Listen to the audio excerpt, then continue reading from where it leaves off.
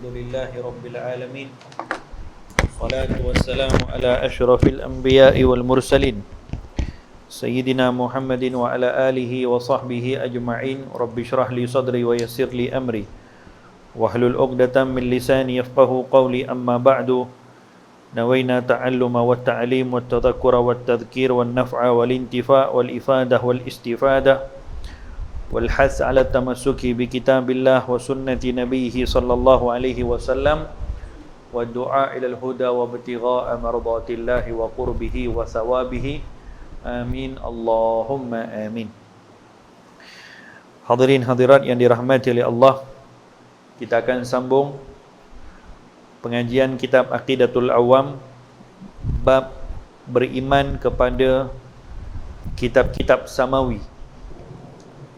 Sebelumnya kita telah bincangkan beriman dengan malaikat pada muka surat ke-41, 42, 43 dan juga 44.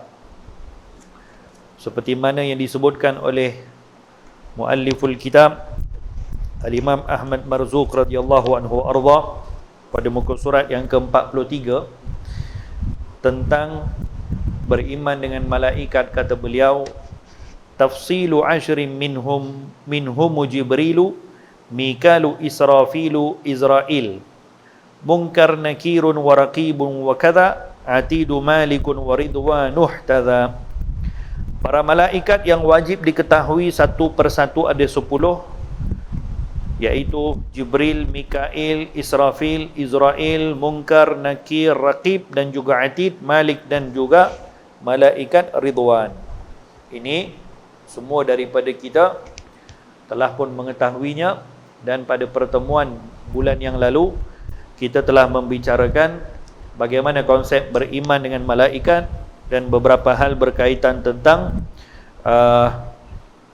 pendetailan berkaitan tentang hal ini. Kita akan sambung bab yang seterusnya, beriman kepada kitab-kitab Allah, muka surat ke-45. Disebutkan di sini berapakah jumlah kitab yang diturunkan oleh Allah dan kepada siapa ia diturunkan. Akan hal ini Al-Imam Ahmad Marzuq dalam kitab Aqidatul Awam menuliskan di dalam matan kitabnya, arba'atun min kutubin tafsiluha Tauratu Musa bil huda tanziluha, Zaburu Dawuda wa Injilu ala Isa wa Furqanun ala khairil mala, wa suhuful khalili wal kalim fiha kalamul hakamil alim. Kita akan bahaskan insya-Allah 3 bait matan ini, 3 baris matan ini. Disebutkan di sini arba'atun min kutubin tafsiluha, ada 4 buah kitab yang wajib diketahui secara satu persatu. Ia adalah Tauratu Musa bil huda tanziluha, yang pertama kitab Taurat yang diturunkan kepada Nabi Musa alaihi salam untuk menjadi petunjuk. Zaburu Daud, yang kedua kitab Zabur yang diturunkan kepada Nabi Daud. Wa Injilu ala Isa, dan yang ketiga kitab Injil yang diturunkan kepada Nabi Isa alaihi salam. Wa Furqanun ala khairil mala, dan yang terakhir yang keempat Al-Furqan, iaitu Al-Quran. Nama lain kepada Al-Quran adalah Al-Furqan, seperti mana Quran juga mempunyai beberapa nama-nama yang lain, yang diturunkan kepada sebaik-baik kaum, sebaik-baik Nabi Muhammad sallallahu alaihi wa ala alihi wa sahbihi wasallam. Selain daripada 4 kitab, di sana ada juga diturunkan namanya suhuf, lembaran-lembaran. Bila sebut lembaran, maksudnya dia bukan dalam bentuk isi yang banyak, yang ringkas, beberapa helaian-helaian wahyu dari Allah Subhanahu wa taala.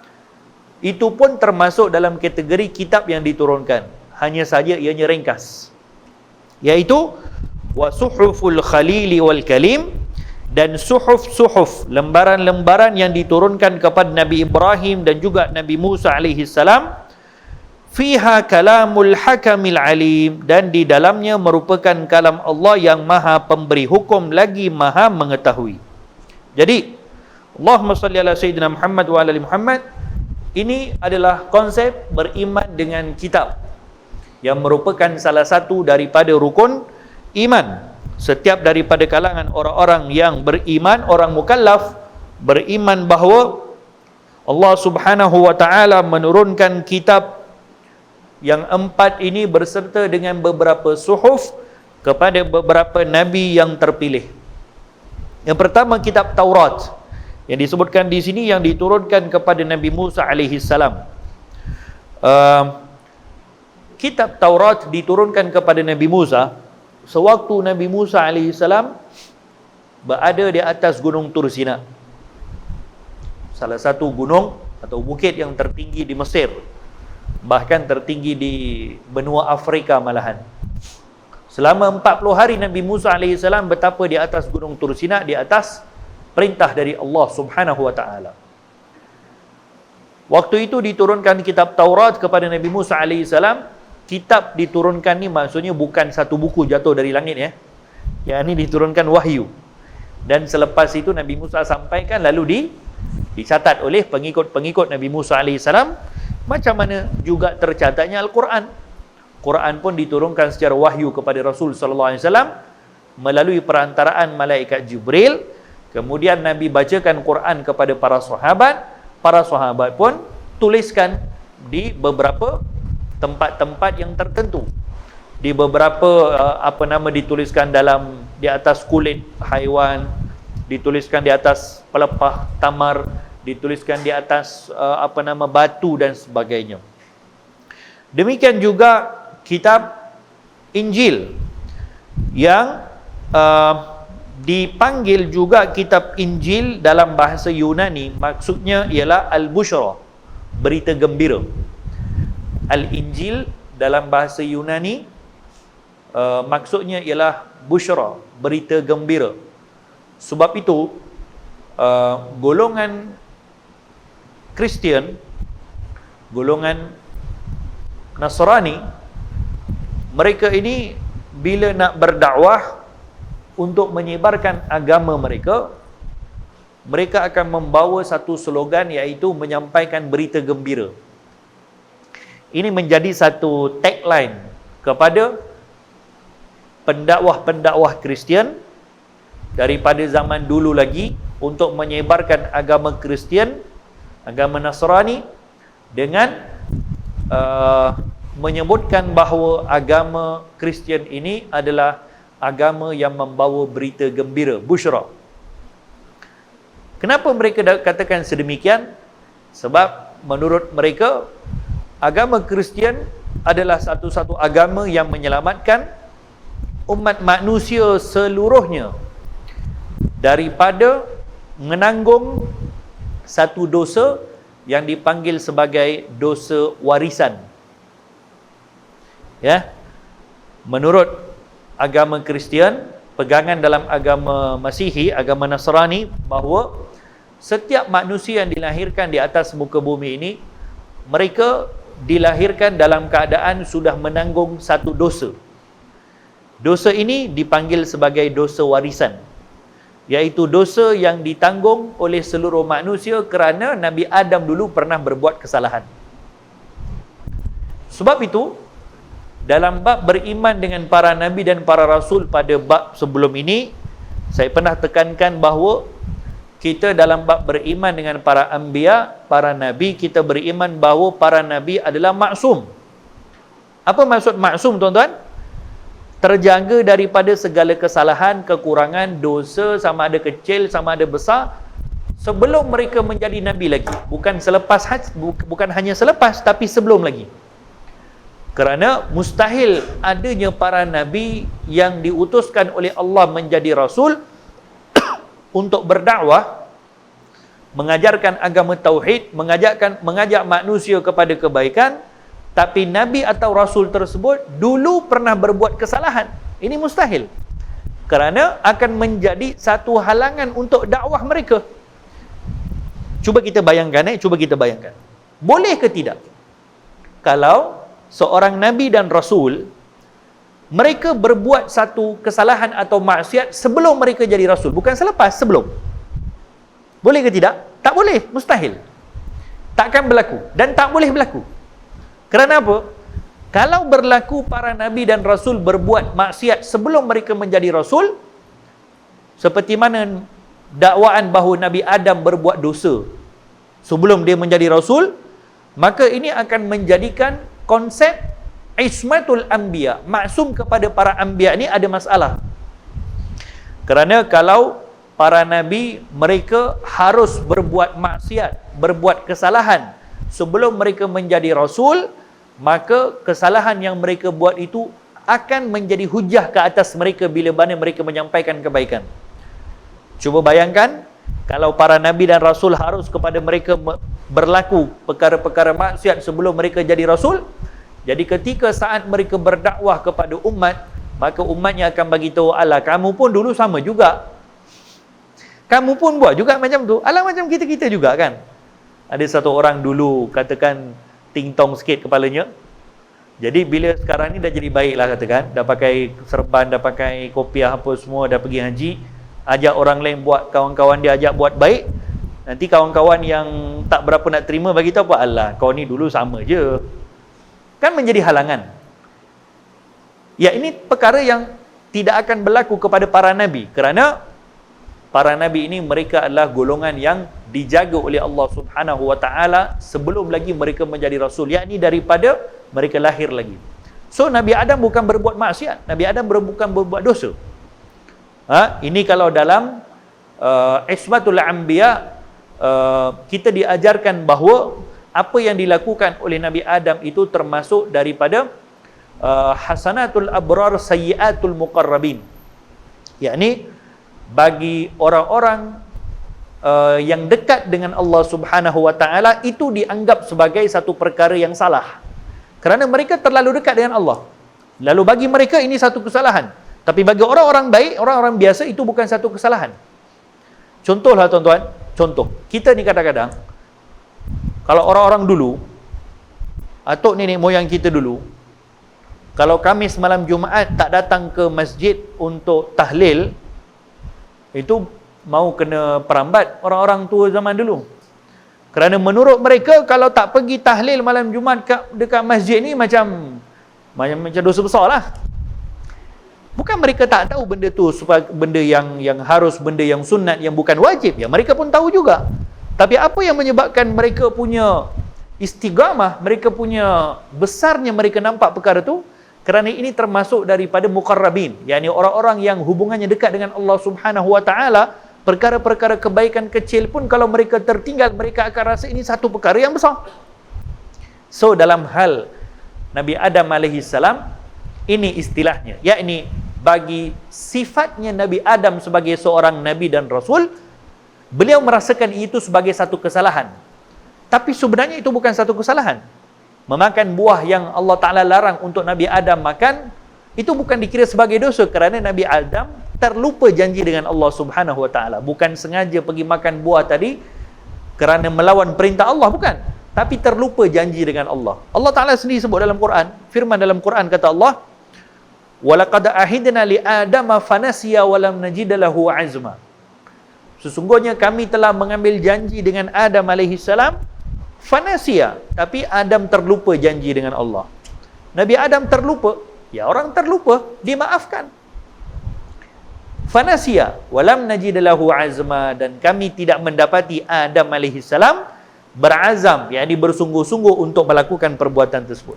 Allah sendiri membela Nabi Adam alaihi salam dalam Quran dengan mengatakan, perbuatan Nabi Adam memakan buah yang dilarang oleh Allah itu adalah perkara yang terlupa oleh Nabi Adam alaihi salam. Lalu kenapa Nabi Adam berdoa Rabbana zalamna anfusana? Itu dia tadi, sayyiatul muqarrabin. Orang-orang yang dekat kepada Allah Ta'ala, bila terlepas satu peluang kecil untuk dekat dengan Allah, dia akan rasa itu satu kerugian yang besar. Maka Nabi Adam bagi nisbah beliau, kedudukan beliau sebagai seorang Nabi dan Rasul, bila terlepas peluang untuk lebih dekat dengan Allah di dalam syurga, maka beliau merasakan itu satu kerugian besar. Lalu berdoa Rabbana zalamna anfusana. Jadi Rabbana zalamna anfusana yang didoa oleh Nabi Adam bukan kerana dosanya, tapi kerana beliau merasakan beliau sebagai kedudukannya yang sebelum ini dekat dengan Allah Subhanahu wa taala, kini tidak lagi duduk di syurga, maka atas dasar itu saja. Tapi menurut agama Nasrani, ini perbuatan Nabi Adam alaihissalam perbuatan dosa. Sebab tu kita katakan, mana-mana orang Islam yang mengatakan Nabi Adam berbuat dosa, ini sama macam akidah Kristian. Dalam akidah Kristian diajarkan macam tu. Dalam akidah Nasrani diajarkan macam tu, Nabi Adam berbuat maksiat. Sebab tu mengaji akidah ni penting. Mengaji akidah ni penting. Sebab dalam bab An-Nubuwat, dalam bab kenabian, kita diajarkan konsep Ismatul Anbiya. Jadi menurut agama Kristian, setiap daripada manusia ini, lahir sahaja, dia akan lahir sekali dengan dosa. Setiap daripada kita-kita ni, lahir sahaja akan lahir dengan memikul dosa. Dan dosa ini dipanggil sebagai dosa warisan. Dosa ini menurut orang Kristian, orang Nasrani, hanya akan terhapus bila mana seseorang itu memeluk agama Kristian. Hanya akan terhapus bila mana dia memeluk agama Kristian, lalu dia dibaptiskan, lalu dia dibuatkan upacara-upacara mandi, baptis dan sebagainya, barulah dosa itu akan digugurkan.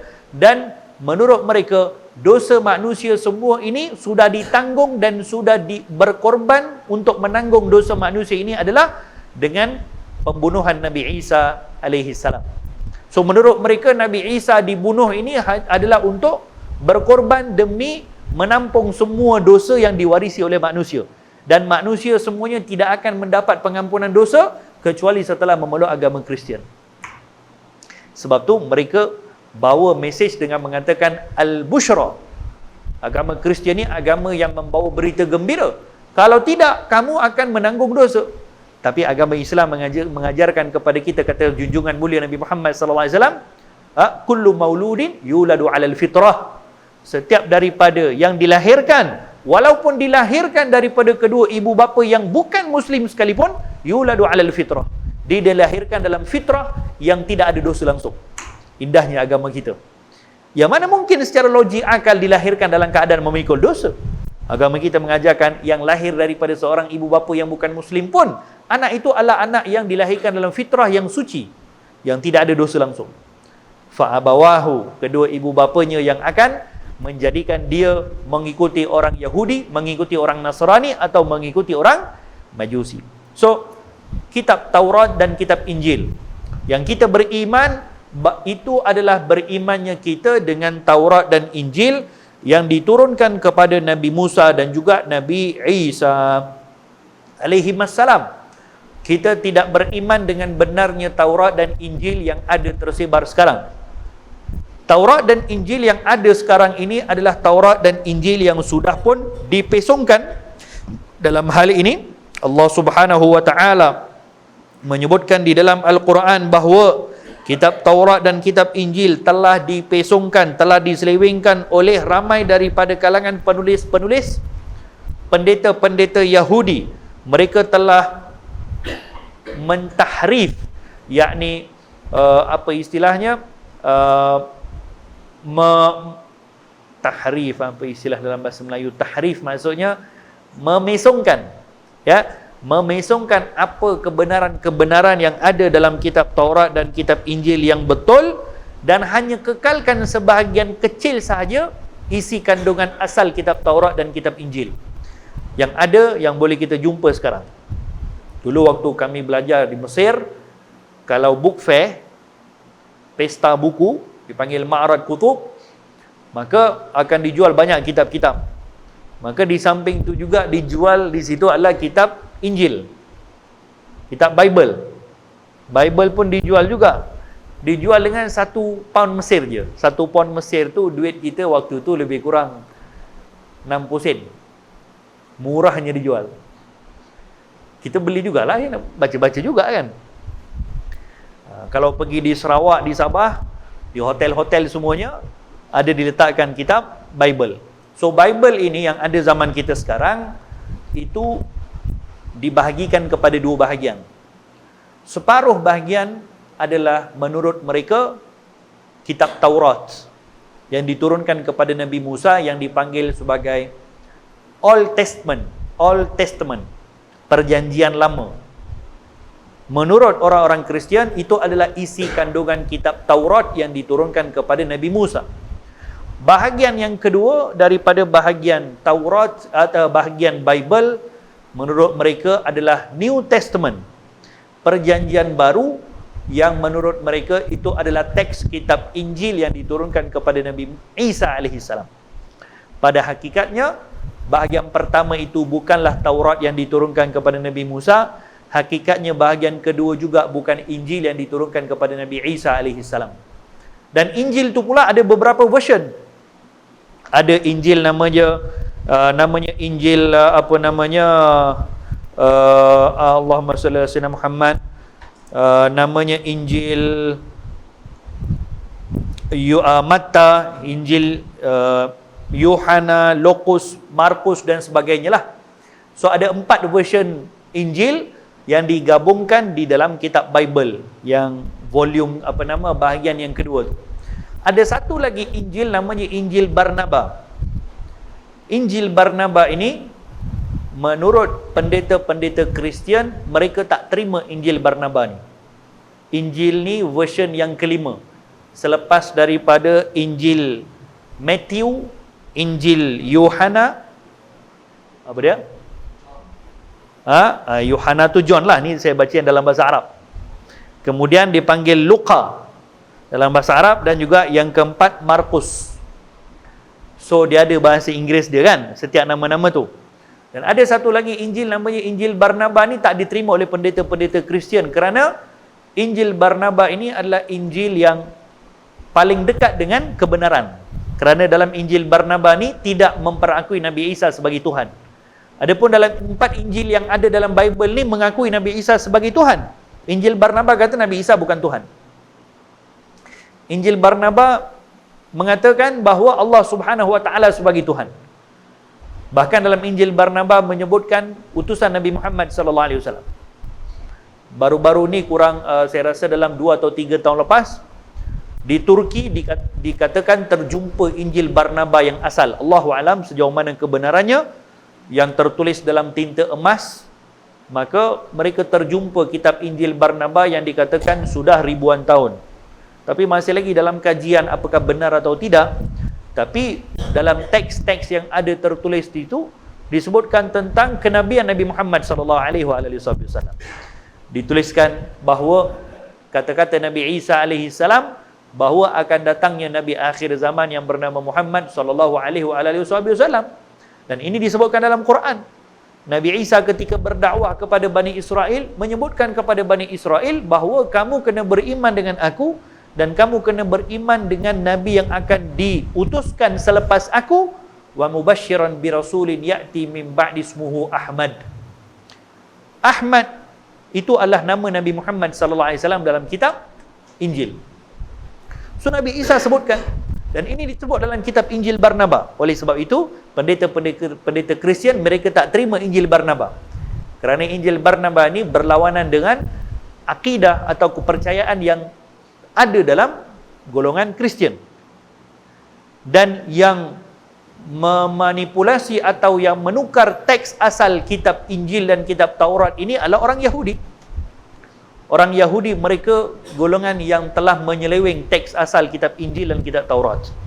Lalu mereka membuang semua nama Nabi Muhammad SAW daripada kitab Injil dan Taurat. Mereka membuang konsep mempertuhankan Tuhan yang satu, mereka buang. Dimasukkan konsep penyembahan berhala, dimasukkan mempertuhankan Nabi Isa AS. So ini kitab Bible yang ada di zaman kita sekarang ini adalah yang telah dimanipulasi dan telah diedit oleh orang-orang Yahudi, dan ini diperakui oleh orang-orang Kristian sendiri.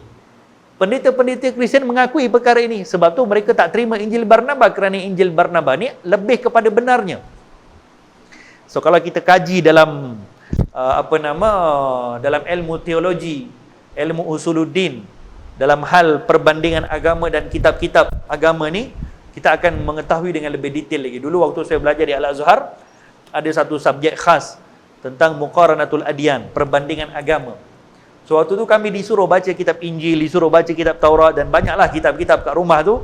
Dulu waktu belajar tu kena bagaimana teks-teks yang diubah dan bagaimana, sejauh mana mungkin ada ke tidak Injil dan Taurat yang asal sekarang. Tapi dah lama tinggal, dah tak belajar benda tu, dah lupalah isi kandungan apa semua tu. Tapi kalaupun kita nak belajar, mesti punyai asas. Mesti punyai asas. Dan ada satu kitab yang ditulis oleh ulama-ulama Al-Azhar, namanya Al-Madkhal, Introduction, untuk ilmu-ilmu yang perlu ada kepada kita sebelum kita nak communicate dengan bacaan kitab Taurat dan kitab Injil yang didakwa sekarang. Supaya kita tak tertipu. Kerana kita beriman dengan kitab Taurat dan kitab Injil, ya kita beriman. Tapi kita bukan beriman dengan Taurat yang Injil yang ada sekarang, tidak. Kita beriman Taurat dan Injil yang diturunkan kepada Nabi Musa dan juga Nabi Isa alaihi wassalam. Ya? Dan dalam hal ini Allah Subhanahu wa taala berfirman dalam Quran, kata Allah Taala, "Afatatma'una an yu'minu lakum wa qad kana fariqum minhum yasma'una kalam Allah thumma yuharrifunahu min ba'di ma aqaluhu wa hum ya'lamun." Kata Allah Taala, "Wa qad kana fariqum minhum", dan sebahagian daripada kalangan orang-orang Yahudi ini, kata Allah, yuharrifunahu, yasma'una kalam Allah, mereka mendengar kalam Allah, yakni mereka mendengar Taurat yang disampaikan melalui Nabi Musa AS, summa yuharrifunahu, kemudiannya mereka mentahrif, yakni mereka mengubah isi kandungan Taurat. Kerana Taurat yang asal itu diubah oleh orang-orang Yahudi. Dan ini disebutkan dalam Quran, yuharrifunahu, mereka mengubah isi kandungan Taurat min ba'di ma'aqaluh, setelah mana mereka mendapati kebenaran yang ada dalam kitab Taurat tentang kerasulan Nabi Muhammad sallallahu alaihi wasallam. So apa sebab orang-orang Yahudi mereka menukar teks asal Taurat dan Injil? Apa sebab? Kerana yang ingin mereka sembunyikan adalah kebenaran Nabi akhir zaman. Itu yang mereka ingin sembunyikan. Dan itu sebab kenapa mereka mengubah. Kerana mereka tak boleh terima untuk mereka beriman dengan seorang Nabi yang diutuskan bukan daripada kalangan bangsa Bani Israel. So, orang-orang Yahudi pertama kali mereka disuruh untuk beriman dengan seorang Nabi yang bukan datang daripada kalangan mereka. Mana boleh mereka nak beriman? Yang datang daripada kalangan mereka pun mereka susahkan. Mana mereka nak beriman dengan seorang Nabi yang datang daripada bangsa Arab? Lalu permusuhan ketat dengan Nabi Muhammad SAW yang diwarisi daripada dulu lagi, ini menyebabkan mereka pun tahu bahawa dalam Taurat dan dalam Injil sudah disebutkan dengan jelas min ba'di ma'aqaluhu, kata Allah, setelah mana mereka mengerti apa yang ada dalam Taurat dan Injil. Mereka sudah mengerti nih. Kerana dalam Taurat dan Injil disebutkan tentang kedatangan Nabi Muhammad SAW, disebutkan bagaimana Rasulullah SAW dilahirkan daripada kalangan dilahirkan di Mekah, tempat hijrahnya di Yathrib. Semuanya disebutkan dalam kitab Taurat dan kitab Injil. Kalau kita baca sirah Rasul sallallahu alaihi wasallam, waktu Nabi sallallahu alaihi wasallam pergi berniaga di bumi Syam, berjumpa dengan seorang pendeta Kristian bernama Bahira. Waktu itu Nabi baru belasan tahun. Nabi kita waktu itu baru 13 tahun. Berjumpa dengan seorang pendeta Kristian namanya Bahira. Bahira tengok rupa Nabi Muhammad sallallahu alaihi wasallam, Bahira bagi tahu, ini Nabi akhir zaman ni, katanya. Rasulullah jadi Rasul pada umur berapa? Umur 40 tahun. 40 tahun baru orang tahu Nabi Muhammad dilantik sebagai Rasul, baru orang tahu. Tapi pendeta Kristian di Syam, Nabi waktu umur 13 tahun, dia tengok rupa Rasulullah, dia dah bagi tahu dah, ini Nabi akhir zaman ni. Ya macam mana dia boleh tahu? Ada turun wahyu waktu tu? Mana ada? Yang dia tahu kerana apa? Kerana bukan hanya tentang kerasulan Nabi Muhammad disebutkan dalam Taurat dan Injil, tapi sifat rupa bentuk Nabi Muhammad pun disebutkan dalam tu. Yani Nabi Muhammad ini rupanya macam mana? Disebutkan dalam Taurat dan Injil, sebab itu mereka tahu. Pendeta Kristian Bahira ni boleh tahu dengan tengok rupa Nabi Muhammad. Ditanya kepada Abu Talib radhiyallahu anhu, pakcik Nabi sallallahu alaihi wasallam, ditanya kepada Abu Talib, siapa budak ni? Abu Talib bagi tahu, ini anak aku. Tak sebut anak saudara, kata ini anak aku. Kata Bahira, kamu berbohong. Budak ni bapaknya mesti dah meninggal dah. Betul atau tidak? Budak ni dilahirkan daripada keluarga sekian. Dia lahir bapaknya sudah meninggal. Dia lahir pada hari sekian. Dia lahir pada waktu sekian. Pada saat kelahirannya berlaku perkara-perkara seperti ini di bumi Mekah. Betul atau tidak? Abu Talib terkejut. Kerana orang boleh tahu sedetail macam tu tentang Nabi Muhammad SAW. Waktu itu Nabi baru seorang remaja umur 13-14 tahun. Ya, dari mana Bahira tahu? Kalau bukan daripada apa yang diajarkan oleh Nabi-Nabi yang terdahulu melalui kitab Taurat dan kitab Injil. Jadi, mereka tahu. Dalam kitab Taurat dan kitab Injil disebutkan dengan jelas tentang kedatangan Nabi akhir zaman. Summa yuharrifunahu min ba'di ma'aqaluhu. Mereka membuat pengubahsuaian kitab Taurat dan kitab Injil min ba'di ma'aqaluhu, setelah mana mereka sedar dan mereka mengerti apa yang ada dalam Taurat dan Injil yang menyebutkan tentang Nabi Muhammad SAW. Dan Allah bagi tahu dalam Quran lagi bahawa orang-orang Yahudi dan orang-orang Nasrani, mereka kenal Nabi Muhammad daripada atas sampai bawah. Kerana ini diajarkan dalam Taurat dan Injil. Mereka tak boleh menafikan. Allah bagi tahu dalam Quran, ya'rifunahu kama ya'rifuna abna'ahum. Mereka mengenal Nabi Muhammad seperti mana mereka mengenal anak mereka sendiri. Yakni A to Z tentang Nabi Muhammad SAW, mereka tahu semuanya. Hanya saja mereka tak boleh terima, lalu diubah suai kitab Taurat dan kitab Injil, menjadikan Taurat dan Injil mengikut kepada versi yang diubah suai oleh orang-orang Yahudi. Inilah yang menjadi buku Bible yang menjadi pegangan kepada agama Kristian. Sebahagian mengatakan kitab Taurat dan Injil yang asal masih lagi tersimpan di beberapa tempat, seperti di Vatican City katanya di Italia. Allahu alam. Kita pun tak tahu sejauh mana kebenaran, dan kita pun tidak tolak kemungkinan kalaupun ada Taurat dan Injil yang asal, mungkin ada, Allahu a'lam. Tapi yang dipegang, yang menjadi anutan kepada mereka, yang mereka beriman dengan Taurat dan Injil, adalah Taurat dan Injil yang sudah terpesong. Bahkan kalau kita pergi ke Palestin, di Baitul Maqdis, di Al-Aqsa sana, di tempatnya makamnya Nabi Daud AS, itu dijaga oleh orang-orang Yahudi. Di sana pun ada kitab Taurat. Mereka pun baca kitab Taurat dalam bahasa bahasa Ibrani, bahasa Hebrew, bahasa orang Yahudi. Penuh kitab Taurat dalam macam-macam versi pun ada, semuanya tersebar luas.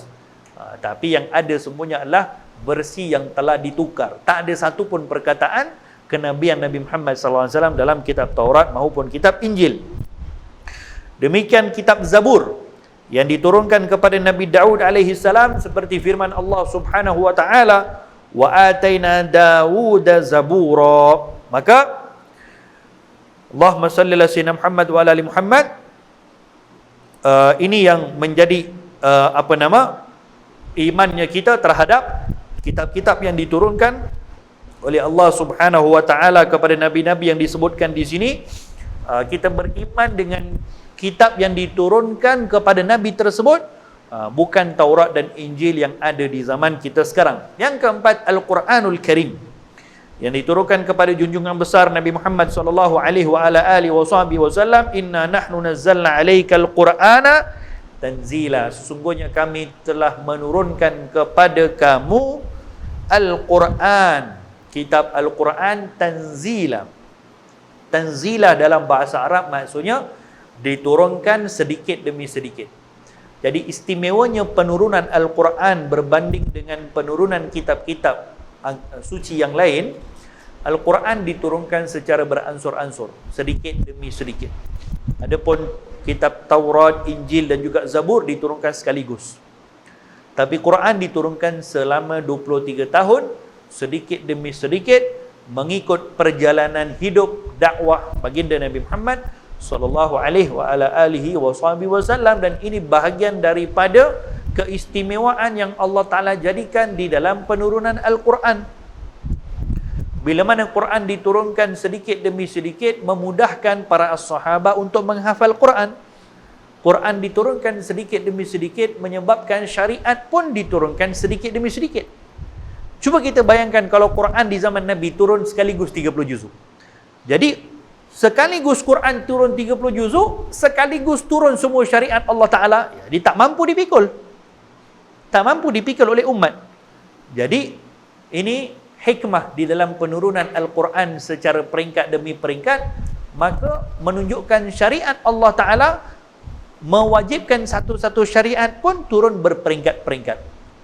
Syariat solat dulu, kemudian lepas beberapa tahun syariat puasa pula, lepas tu datangnya syariat zakat pula, lepas tu syariat haji pula, lepas tu hukum hakam qisasnya, lepas tu itu, lepas tu ini, sedikit demi sedikit, maka akan menyebab, inilah rahsia kenapa Quran menjadi kitab yang dipegang dan diamalkan sampai ke akhir zaman, kerana apa yang terkandung di dalam Al-Quran adalah telah dipraktikkan selama 23 tahun di dalam sepanjang tempoh dakwah baginda Nabi Muhammad sallallahu alaihi wa ala alihi wasallam. Dan nama-nama Quran ini ada banyak.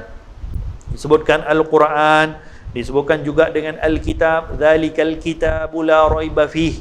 Disebutkan juga dengan Az-Zikra, inna nahnu nazzalna dzikra. Disebutkan juga dengan Al-Furqan, disebutkan juga dengan beberapa nama-nama yang lain. Dan Al-Quran bilangan juzuknya ada 30, bilangan surahnya ada 114, bilangan ayatnya ada lebih kurang 6,616 mengikut sebahagian dan 6,666 mengikut sebahagian yang lain. Kenapa pula boleh berbeza bilangan ayat ini? Kerana ada sebahagian daripada kalau kita belajar dalam ulumul Quran, ada sebahagian daripada kiraat-kiraat yang menggabungkan beberapa ayat. Dia bukan ada tambahan dan juga tolak dalam ayat, bukan ada pengurangan atau penambahan, tidak. Hanya saja ada sebahagian menggabungkan satu ayat dengan satu ayat lain menjadi satu ayat. Itu sebab bilangan numbering, berapa jumlah ayatul Quran itu ada beza menurut para ahlul Quran. Tapi yang masyhur 6,616 atau 6,666. Jadi inilah Al-Quran yang dijaga oleh Allah Subhanahu wa taala sehingga sampai kepada kita tanpa ada orang yang boleh mengubah isi kandungan teks Al-Quran. Quran dijaga oleh Allah Subhanahu wa taala. Allah Taala menjamin Quran akan kekal sampai hari kiamat, tidak ada orang boleh membuat pengubah suaian. Inna nahnu nazzalna dzikra wa inna lahu lahafizun, kata Allah.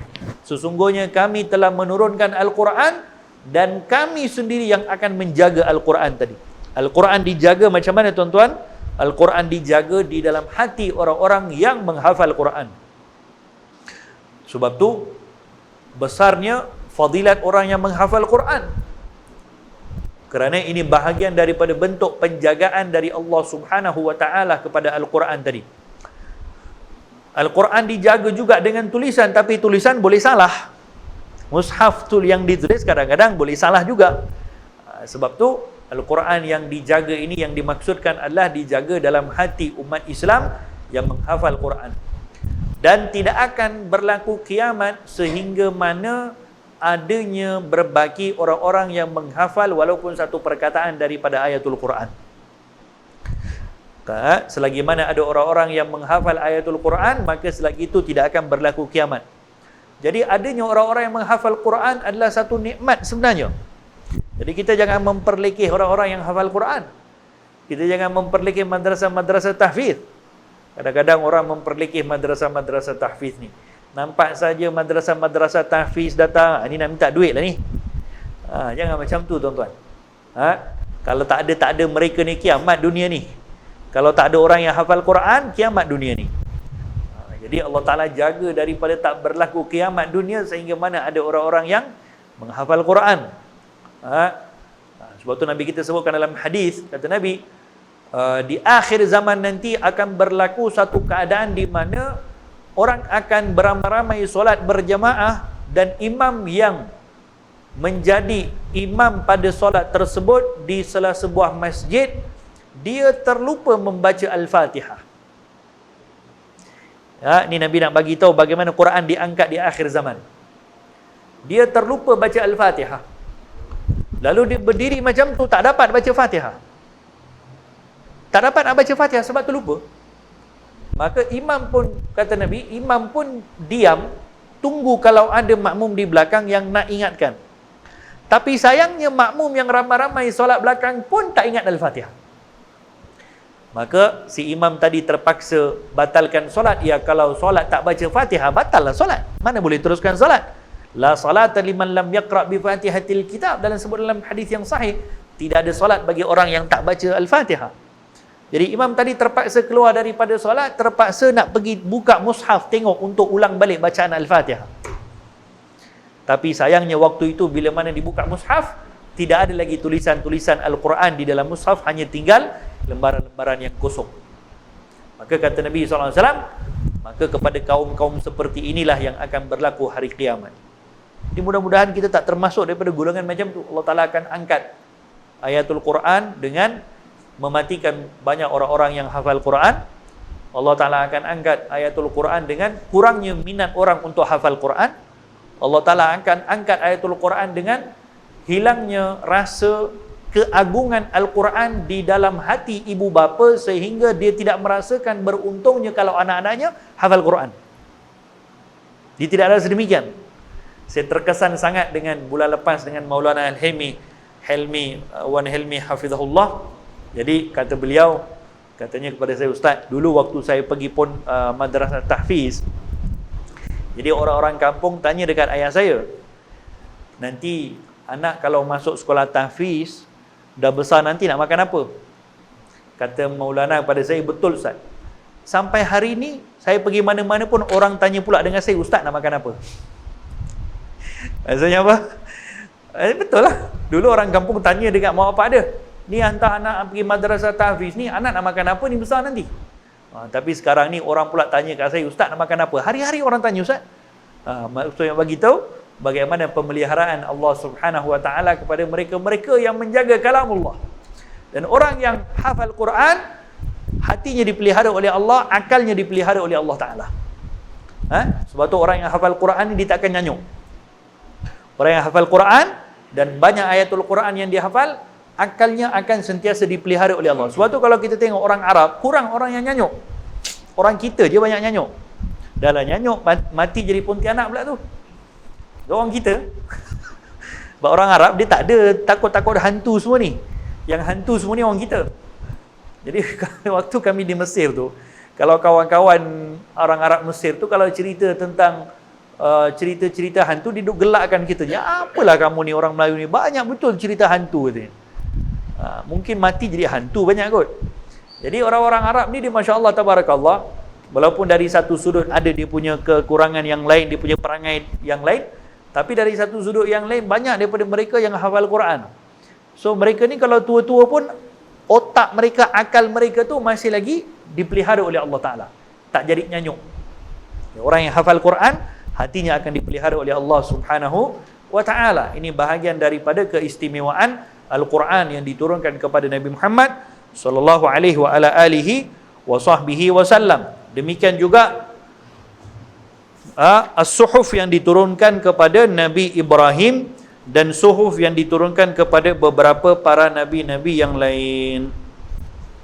Disebutkan di sini muka surat 46, apakah kesan beriman dengan Al-Quran? Kesan antaranya ialah memperoleh hidayah Allah Subhanahu Wa Taala, mendapat rahmat keredaan Allah, mendapat pahala berlipat ganda, memperoleh cahaya pada wajah serta syafaat di alam kubur dan akhirat, masyarakat hidup sejahtera, mewujudkan masyarakat yang berilmu dan bertakwa kepada Allah Subhanahu Wa Taala. Jadi bila banyak orang-orang yang menghafal Quran, maka akan menyebabkan Quran itu akan hidup di dalam hati orang tersebut, dan Quran itu akan hidup dalam ahli keluarga orang tersebut. Maka kalaupun kita ni, kalaupun anak-anak tak dapat jadi hafizul Quran, tapi dekatkan dengan Al-Quran, biasakan mereka dengan Al-Quran, hadirkan mereka dalam kelas-kelas Al-Quran, supaya mereka boleh banyak mampu membaca dan menghafal surah-surah Al-Quran yang semampu mungkin untuk dihafal. Tak semestinya semua orang jadi hafizul Quran, tak semua orang mampu, betul? Tapi jangan sampai tak ada bahagian daripada Al-Quran yang ada dalam hati kita. Kerana makin banyak ayatul Quran yang ada dalam hati kita akan menyebabkan hati kita dipelihara oleh Allah Subhanahu Wa Taala, kerana ini kalamullah. Akan mendapatkan kebaikan di dunia, di akhirat, di alam barzah pun. Ketika peperangan Uhud, ada sahabat-sahabat yang syahid dalam peperangan Uhud, daripada kalangan mereka orang-orang yang hafal Quran. Maka setelah ada yang syahid, maka sahabat datang kepada Nabi bertanya, Ya Rasulullah, ini kami nak kuburkan mereka ni. Daripada kalangan mereka ni, ramai daripada kalangan mereka yang hafal Quran. Maka siapa dulu yang kita nak tanam? Siapa dulu yang kita nak turunkan ke bawah? Maka kata Nabi SAW, cuba tengok siapa daripada kalangan mereka yang lebih hafal Qurannya.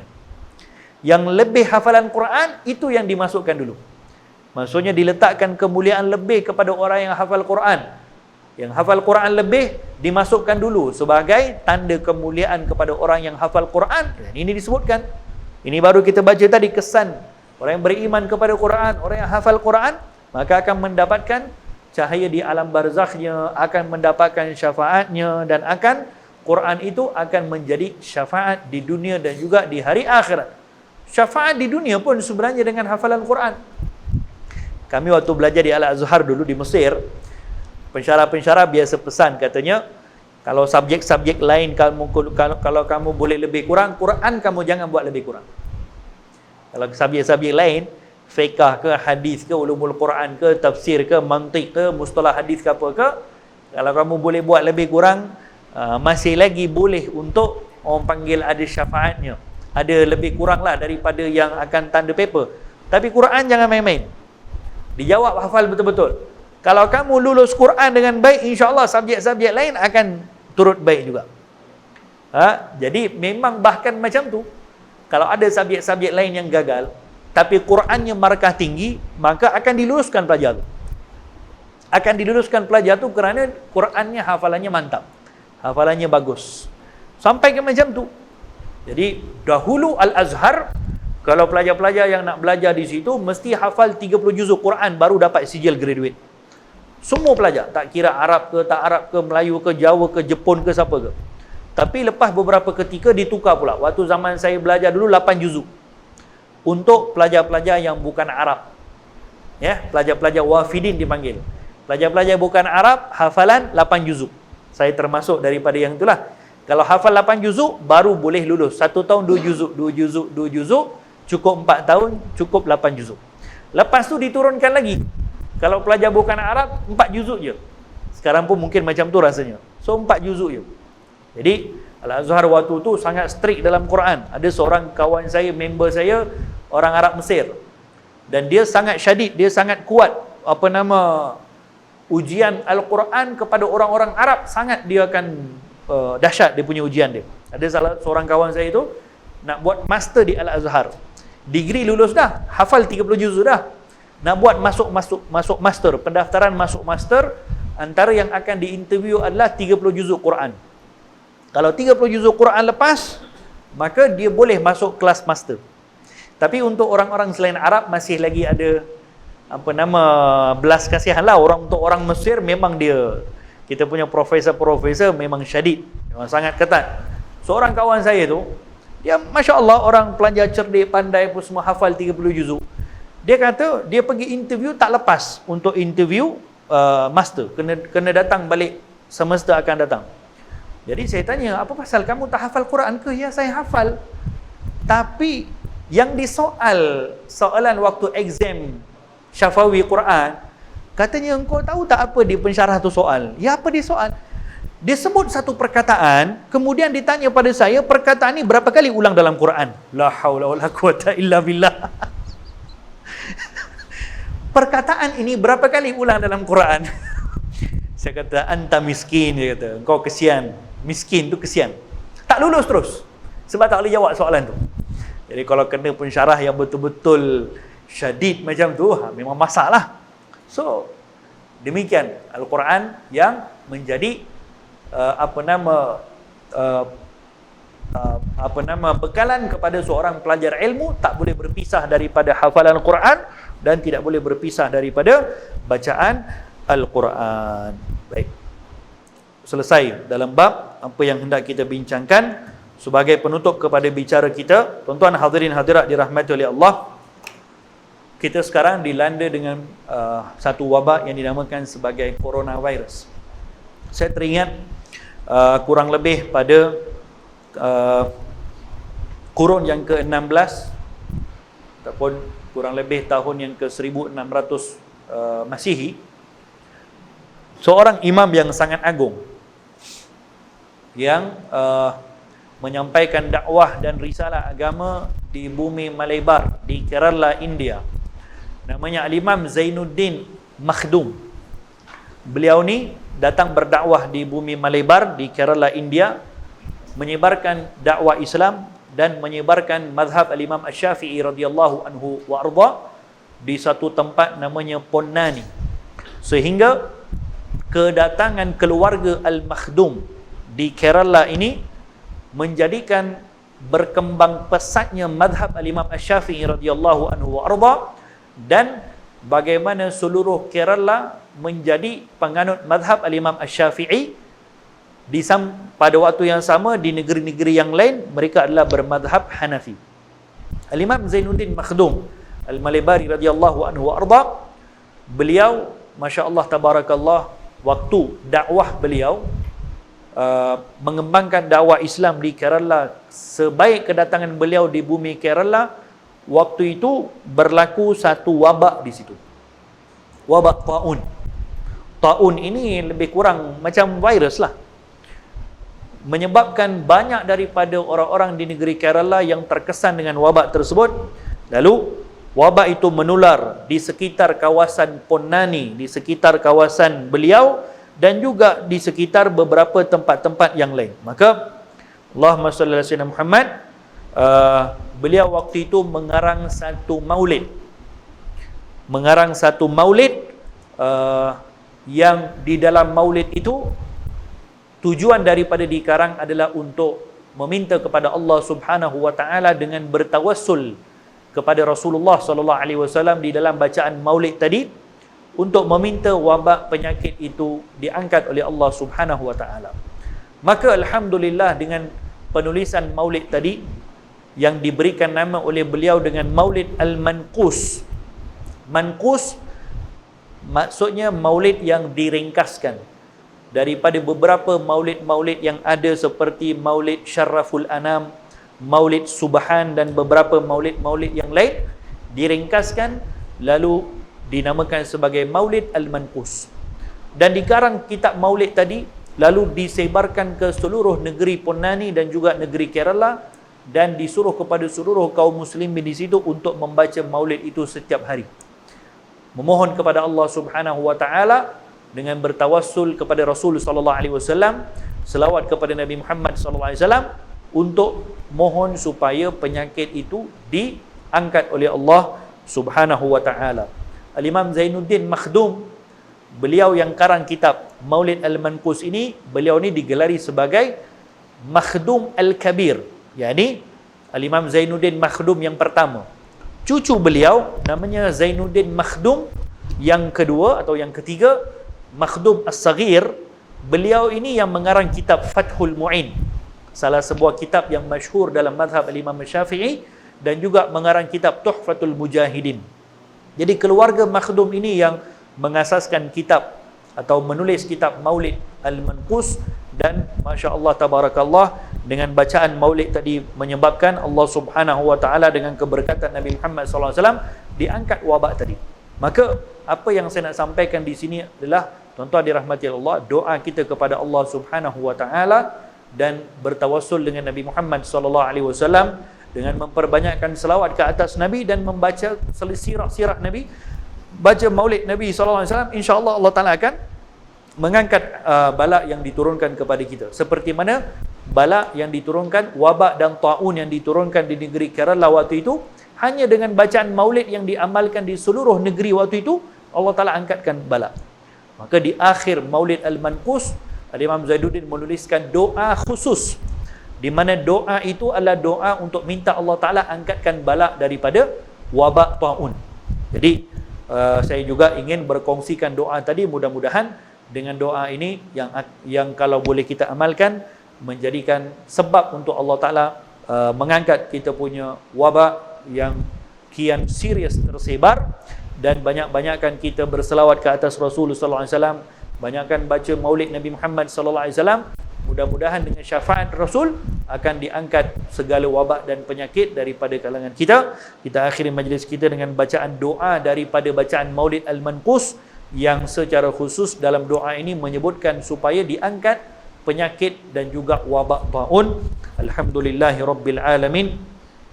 Allahumma salli ala sayyidina Muhammadin wa ala ali sayyidina Muhammad salatan tunjina biha min jami'il ahwali wal baliyat wa tusallimuna biha min jami'il asqami wal afat wa tutahhiruna biha min jami'is sayyiat wa taghfiru lana biha jami'al khati'at wa taqdi lana biha jami'al hajat wa tarfa'una biha indaka 'ala darajat wa tuballighuna biha aqsal ghayati min jami'il khairati fil hayati wa ba'dal mamat.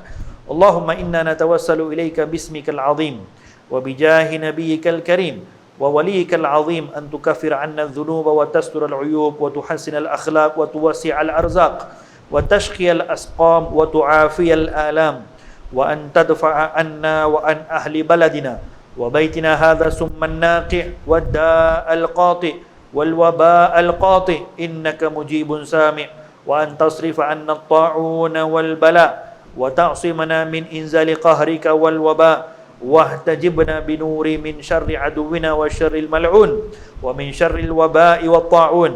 Allahumma la tu'akhidna bi su'i af'alina wa la tuhlikna bi khatayana. Allahumma inna nas'aluka an tu'idhana min 'adzabil qabr wa tu'minana min al-faza'il akbar wa tunjina an daril bawar wa tuskinana al-firdausa min daril qarar bihaqqi Muhammadin wa alihi al-abrar wa sallallahu ala khairi khalqi sayyidina Muhammadin wa ala alihi wa sahbihi wa sallam walhamdulillahi rabbil alamin. Wassalamu alaikum warahmatullahi taala wabarakatuh. Di luar di sana diletakkan tabung infak untuk pembinaan madrasah kami, madrasah kompleks Ar-Riayah di bawah naungan guru kita, guru kami yang mulia Al-Habib Ali Zainal Abidin Al-Hamid.